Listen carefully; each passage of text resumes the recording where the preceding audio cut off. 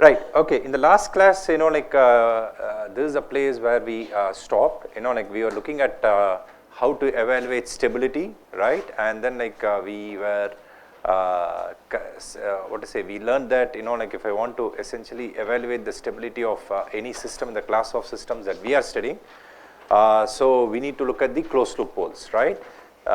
In essence, if I am given any transfer function, if I want to comment on the stability of the system, which essentially corresponds to the transfer function, I need to look at the denominator polynomial of the transfer function, and all the roots of the denominator polynomial must be in the left of complex plane, right? So that's the criteria for Bibot stability, right? So we asked ourselves the question, if we have any system, any generic system, right? So how do we essentially figure out, when that system would be Bibot stable? And why did we ask ourselves this question, right? So we were doing some problems, right? So where we encountered this scenario, right? So I gave you a problem to do for the Planck transfer function being 1 by s squared plus 1. We saw that that has a couple of poles on the imaginary axis at plus or minus j. So obviously, as we know, if we give an input like cos t or sin t, the output is going to become unbounded. So we wanted to design a unity negative feedback system, and we tried with the proportional controller, and the proportional controller couldn't help us there, right? So then we tried the PI controller, but then when we tried the PI controller, we ended up with a third order polynomial, right? So now the question becomes, I have two parameters that I can change, and I have a third order polynomial, can I find out conditions, that would ensure that for at least certain ranges of values of these parameters, the closed loop poles would lie in the left of complex plane, right? So that's the question we ask ourselves, right? So that led to a general question, right? So on when would a polynomial be Hurwitz, right? So so essentially we consider a polynomial d of s, which is a naught s power n plus a1 s power n minus 1 all the way till an, okay, where all the coefficients a naught, a1, a2 all the way till an are all real numbers, right? So this polynomial is said to be Hurwitz if all its roots have negative real parts, okay, that's the definition of the term, okay. So why is it connected to our discussion? Because if I am designing, let's say, a control system, I look at the closed loop transfer function, I want the closed loop characteristic polynomial, right? So which is the denominator polynomial of the closed loop transfer function to be Hurwitz, right? So then I am assured that my closed loop system is going to be stable, correct? So so that's what we want to answer. So the question that we stopped with last time was, we asked ourselves the question, how do we evaluate whether a given polynomial d of s is going to be Hurwitz, right? So this is the question we asked ourselves, okay? So let's continue from there, right? So let's first consider a first order polynomial, right? So let's say we consider n to be equal to 1. Okay, so I have the polynomial to be a naught s plus a1. So when do you think this polynomial would be Hurwitz? Yeah, so you see that this would be Hurwitz when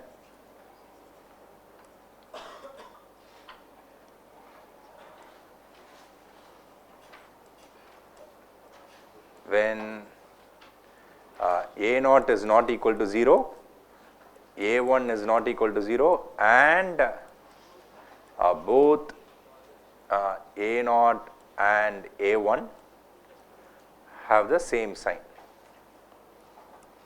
right? So they can both be positive or both be negative. Anyway, in this case it's pretty simple because the root is going to be just minus a1 by a naught, right? So that's the root of this polynomial, first order polynomial. So the answer is pretty straightforward, right? So if I want this real root, to be negative, then this is what I want, right? So essentially I want both the real numbers to be of the same sign, okay? So that's for n equals 1. So now let's do n equals 2. So let's say now my polynomial d of s is a naught s squared plus a1s plus a2, right? That's my second order polynomial. Now the question is that we ask ourselves the same question, right? When do you think this polynomial would be Hurwitz? So this is a second order polynomial, right? So I need to solve the quadratic equation a naught s squared plus a1s plus a2, right? So when do you think this polynomial would be Hurwitz? So it so turns out that this polynomial would be Hurwitz when a naught, a1 and a2 are first of all non-zero, okay, and of the same sign.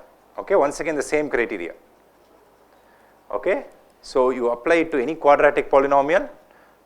So if all the coefficients are non-zero and of the same sign, we are done, right? We know for sure even without calculating the roots, right? So we know that the roots are going to be in the left of complex plane. Okay, see, please note that we are interested to begin with the question of locating the roots. Okay, so I am only asking myself the question whether the roots are in the left of complex plane, the imaginary axis, or on the right of plane, right? We are not looking at the exact locations right now.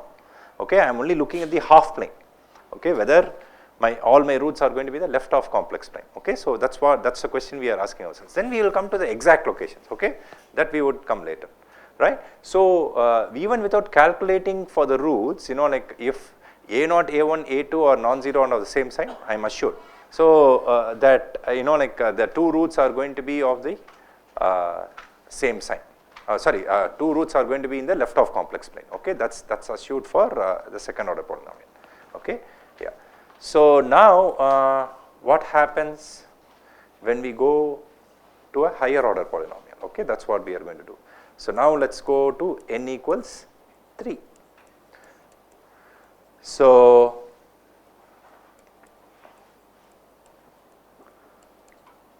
now the polynomial becomes a naught s cube plus a1 s squared plus a2 s plus a3. Okay, so now there are 4 coefficients. Please remember, the way we have written it, for an nth order polynomial we are going to have n plus 1 coefficient. Okay, see, in any general nth order polynomial, if this coefficient a naught is 1, that's called as a monic polynomial. Okay, so that means that the coefficient of the highest order term is 1. So if a naught is 1, that means that it's called as what is called as a monic polynomial. Okay, so anyway, that's just for your information. Okay, oops, what happened? Okay, so that's just an aside, right? So yeah. Okay, so anyway, we are going to be looking at general polynomials. Okay, so for an nth order polynomial we are going to have n plus 1 coefficients, as we can see. Now the question we ask us the same question, right? So what happens in this scenario, right? So do we still need a naught, a1, a2, a3 to be non-zero and of the same sign? Yes, we do. But it so turns out that for polynomials of order 3 and more, that is only a necessary condition. Okay, it is not sufficient. So what do I mean by that? Yes, for all the 3 roots to be in the left of complex plane, I need the coefficients to be non-zero and of the same sign. But it so turns out that that necessary condition is also sufficient for polynomials of order 1 and 2. But not so for polynomials of order 3 and more. Okay, so let me demonstrate it to you through 2 examples. Okay, so let's consider a couple of examples. Okay, so let's say we consider the first polynomial to be s cube plus 3s squared plus 3s plus 2. Okay, so that is the first polynomial we have. Does anyone have a scientific calculator and you can calculate the roots and let me know? Can you calculate the roots of this third order polynomial? okay. And then what we do is that, like, we consider a second example where D2S is going to be SQ plus 2, I'm sorry about that, you know, like, kindly let's change the numbers.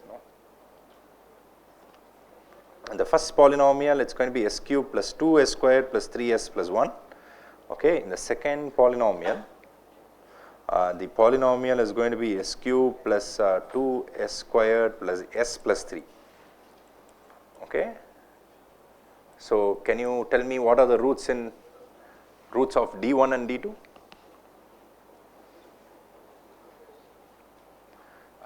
What can you observe as far as the first example is concerned? Of course, both have 3 roots, right? It's a third order polynomial, right? Both D1 and D2 are third order polynomials, right? You have 3 roots. What can you say about the 3 roots of D1? All have negative real parts, okay. So then what can you say about D2?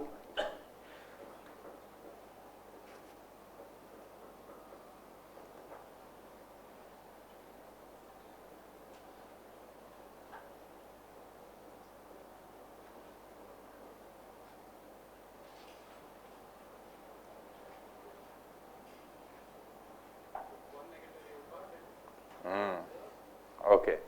So one negative real root and 2 roots in the right of complex plane, right? I am only looking at the location right now, okay. So right now, you know, like, please, I want all of you to go and do this, okay. You can use MATLAB also to easily figure it out, okay. In MATLAB, if you use the command roots, okay, you will get the roots of any polynomial, right? So that's the command in MATLAB. So for example, in the command line, if you type roots of 1, 2, 3, 1, right? So you will get the 3 roots of the first polynomial and so on, right? So please get the exact location, but then right now I am only looking at the location. All 3 roots are in LHP, right? The left of complex plane in first polynomial, while here, one root in LHP and 2 roots in RHP. Now, what is the only change I did between D1 and D2? We just swapped or interchanged the coefficient of the S power 1 term and the constant term, right? We did not do anything else, right? But then you see a drastic change in the way the roots of the 2 polynomials are distributed, right? So imagine that, you know, like, D1S is the denominator polynomial of a transfer function that, let's say, one of you design, and D2S is the denominator polynomial of a system that I designed, right?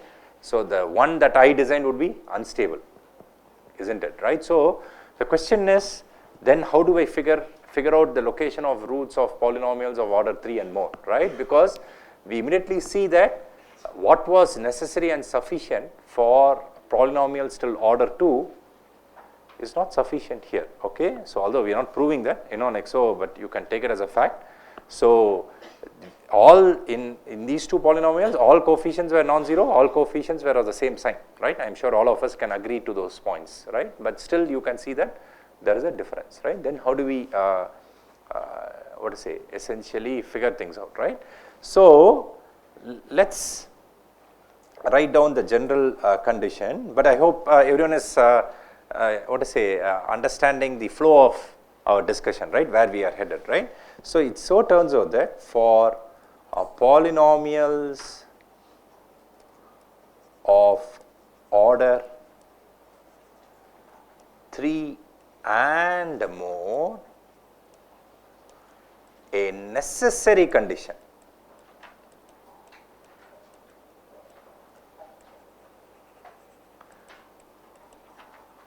for them to be Hurwitz is that all coefficients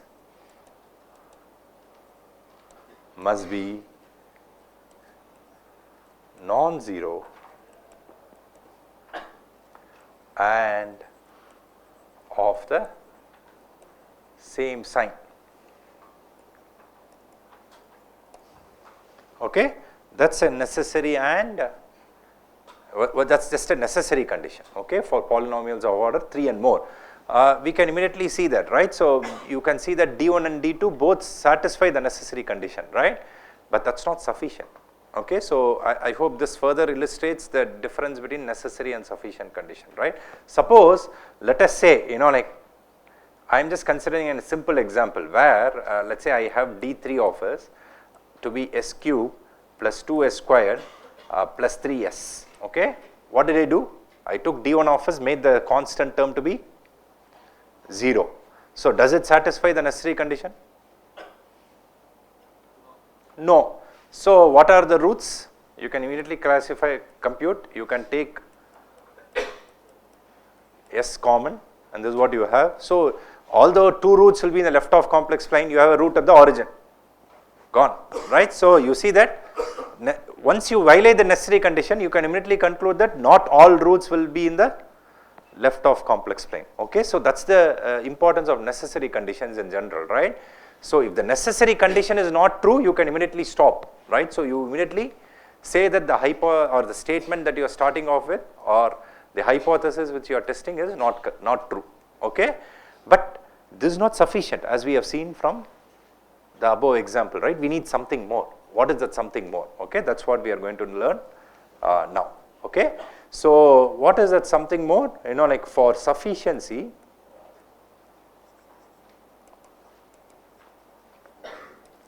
we construct the Routh's array.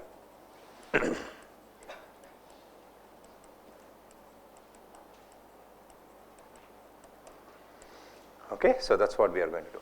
Okay, that's the process to figure out sufficiency, right? So what is this Routh's array? Okay, so let me construct the Routh's array, then we will discuss the implications for us, right? So okay, so let me write down the Routh's array. So what we do is that when I want to construct the Routh's array, first what we do is the following, right? So I write s power n minus 1, s power n minus 2, s power n minus 3, like that, right? So whatever coefficients I have, s squared, s power 1, s power 0. Okay, so I just write down all the coefficients of s, sorry, or not coefficients, all the powers of s as a column. Okay, that's what I do as a first step.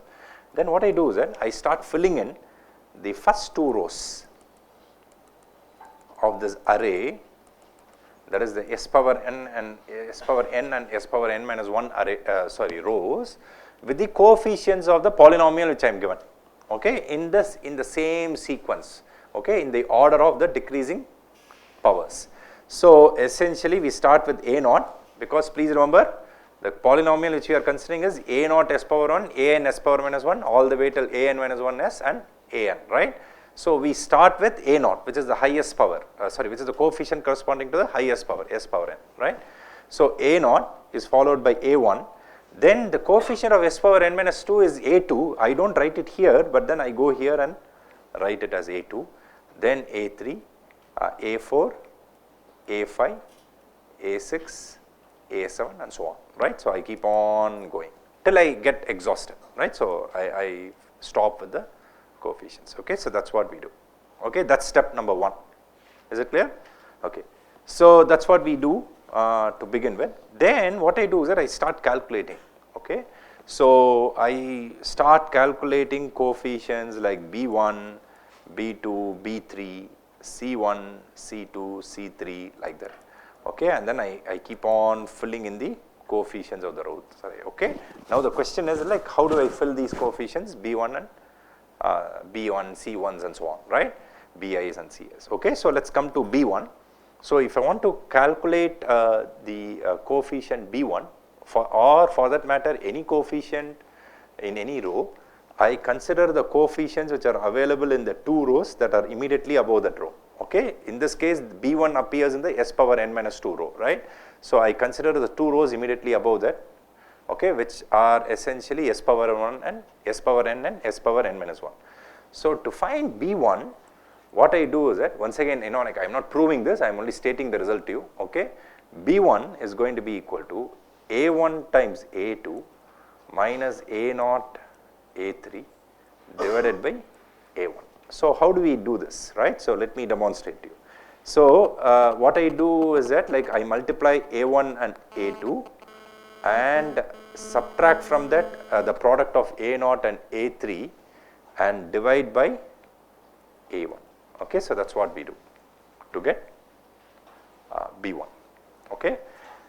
Similarly, if I want to figure out B2, what I do is that I multiply A1 with A4, subtract A0 with A5 and divided by A1.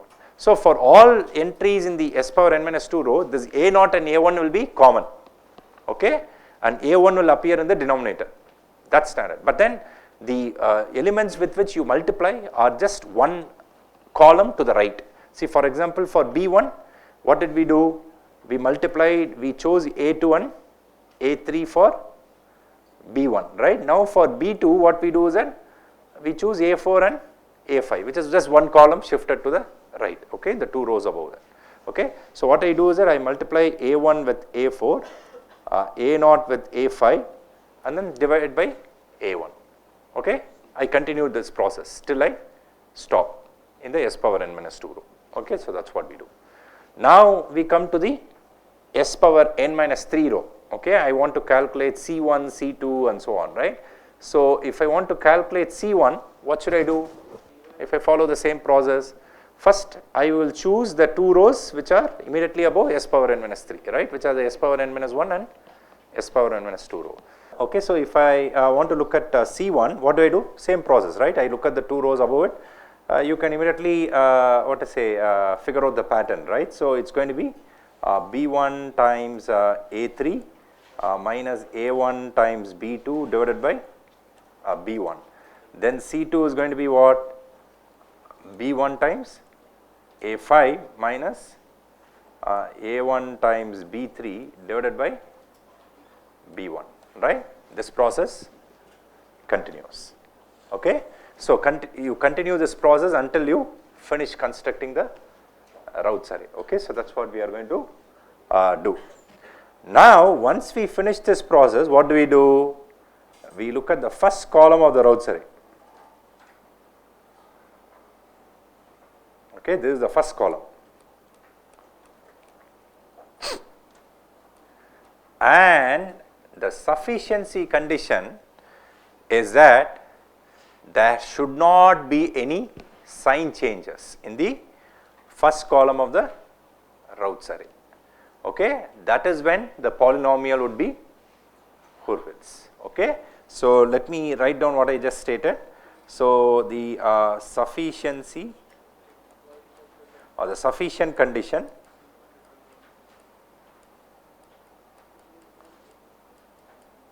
is that the number of sign changes in the first column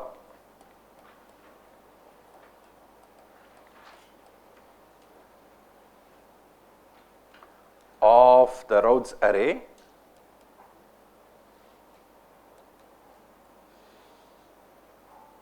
should be 0. Okay, that is the sufficiency condition. Okay.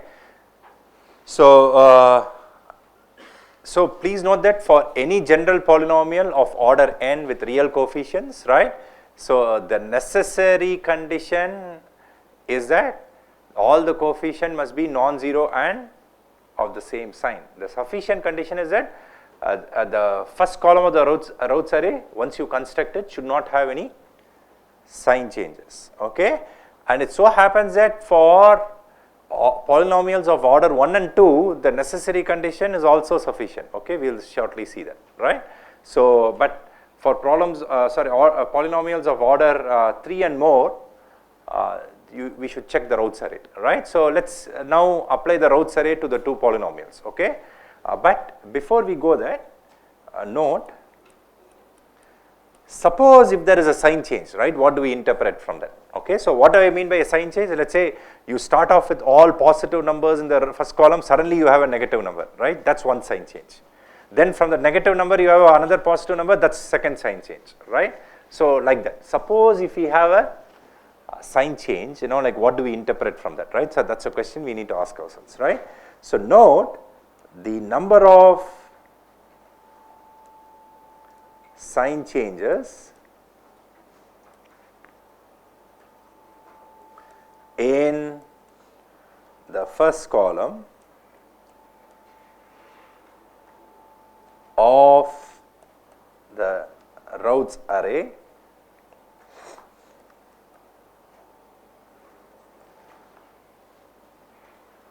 is equal to the number of roots of D of S, okay, in the right half complex plane. Okay, that's another result. Okay, so once again we will be using these results. Okay, as I told you, I am not proving all these results. These are well established. Okay, so Sir, will it contain roots that are j omega? Good question. Okay, good point. I am coming. Right. So if you have a sign change, right, then you count the number of such sign changes, and that number is going to be equal to the number of roots in the right of complex plane. Now he asked a very pertinent question, right? So I can have polynomials which are going to have roots on the j omega axis, right?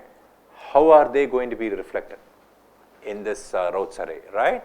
So till now I only talked about positive and negative numbers, but you can always have a 0 as a first entry, right?